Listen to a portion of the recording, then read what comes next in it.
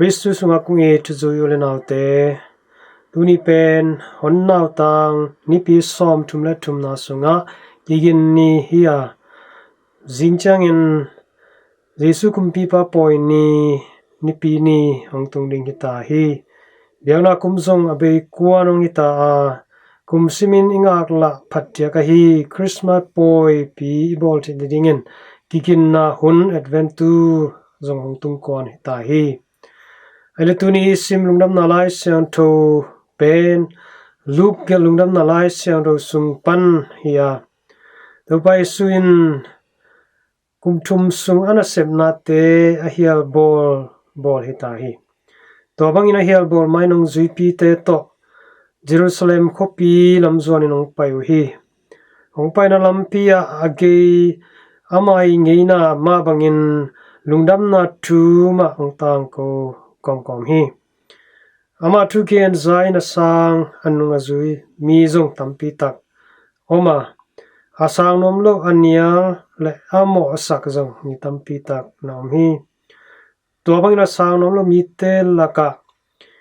lai siam te farise te le sadducees te zong na ki helu hi ama te pen Jesu kya ong payu hangin ama thu kian azanuam angai nuam lua hi kholo a Jesu amo sak nuam le Jesu athang sia nok manun ong pai izo hi he tuin bang phok sakhiam ichi changin ete biakin ipai changin mi te mo na azong ding mi te khel na akodia apai hi keya anung ta pasien hoi na achiam ding pasien hoi na aphat dile pasien kamal to kha tha adim din apai izo hi chi ikiphok sak nam hi aile tuni lungdam na lai siang no sunga mozong nomang pai Sadducees ten a Jesu kianga bang thu vadong hiam Jesuin bang chi bangina athudat naw na dong ki hiam chi tom khat enni toin main Sadducees ichi ten kwa te hiam chi tom khat en masani Sadducees ichi te pen ju minam sung pan ma hiwa misite thoking na a umlo pol a hiwi Itua Pharisee te to asan dano ki kel ki in Pharisee te na hi le talking na om hi china omuhi ibang ina upna le sana akibang lo mi polni ki kala tuhil ding pen bai kholo ding hi azin jisuna to mi te I thudan na te a Aksanam lo in amai pil na to na dong hi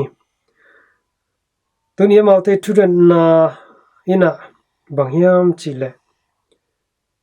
una pasal sagi oma au pen pan zi ne hi chi tani manoli loin si hi juminam tengeina a anaupa in tua asangam pa zi meigong nu pen ten pi ham tang ding chi thu hi anau pan zong ten pi tak pia ta nei man lo ma in si san lew lew to bang unau sagi in nu mei khat aten pi khitte au naun si u hi to lai takin meigong nu bek chiana toy manin to thoki hun chang in hi nu meigong nu pen Kuazi hi ding hiam china adong ai hi imuna jisin pasien pen asi te pasien hilo anung ta te pasien hi chi amasa penina thei sakhi to khichang in van tungama mi hing ngai sut bangin mi hing te ngai sut bangin kiteng kipi chi te omnon lo dinga van tung mi te to kibang khinding hi chi thu zong hele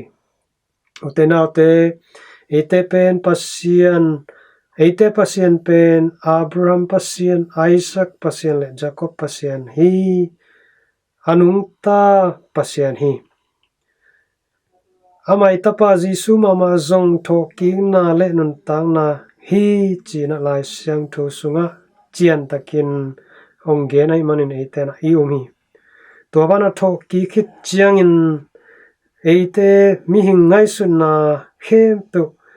bei mangina van tung tu bek to akinung tadi hi leitunga mi hing hi manin mi hing lungsim hi juhop na huayam na he na hazan na mi to moram na lungsim chi te kinai hi aizong van tung itun changin tua te khem pe be siang dinga ina bek to akinung tadi hi van tung itun changin na lamet na chi te na ngon ki sam non lawa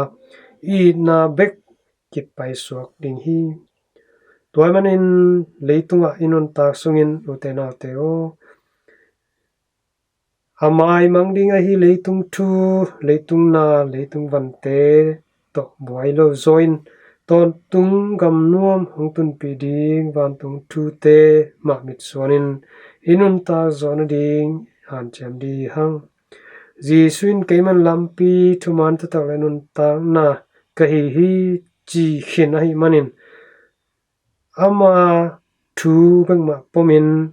ama ong sia sa lampi bang ma tonin nun tak ton tung na lam amano den iswa ten ringin han chiam ton tung ni china tunina athakina tha kong pia hi